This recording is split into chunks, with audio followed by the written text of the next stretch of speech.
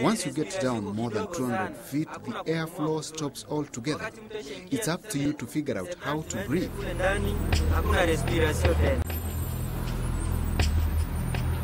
The Democratic Republic of Congo has endured one of the most bloodthirsty, most devastating wars in Africa's history.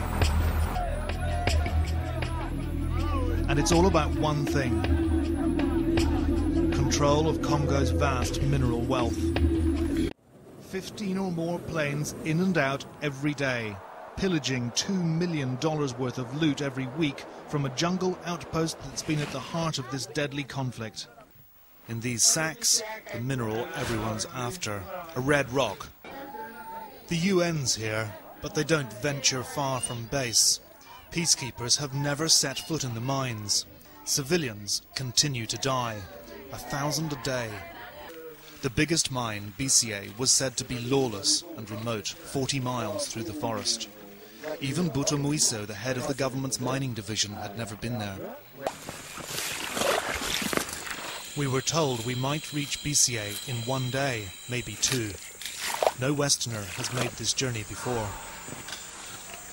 Throughout the trek, we were to catch fleeting glimpses of government soldiers making their way towards the mine.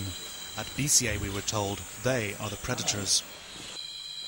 The trail was rugged and arduous, but it's busy as a motorway. 4,000 porters ply this route, carrying sacks of rock heavier than they are. Each of their 50-kilogram packs of cassiterite is worth $400 on the world market.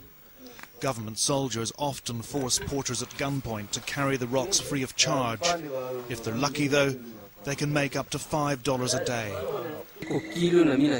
I'm exhausted. I am carrying 50 kilos.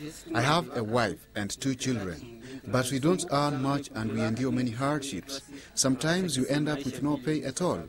You could die along the way too. When you reach BCA, you will see the graves of porters like me. Prince had already slept one night in the jungle. He had another 15 miles to go. Not one of them knew their cassiterite was destined for the electronics industry in the rich world. Late morning, an ambulance passes by. Too sick to walk, this woman faces 2 or 3 days on this porter's back before she reaches a small hospital, only recently reopened by Médecins Sans Frontières. 5 hours into day 2, we stumble across a graveyard in the jungle, as Prince, the porter, had said we would. We knew we must be close to BCA.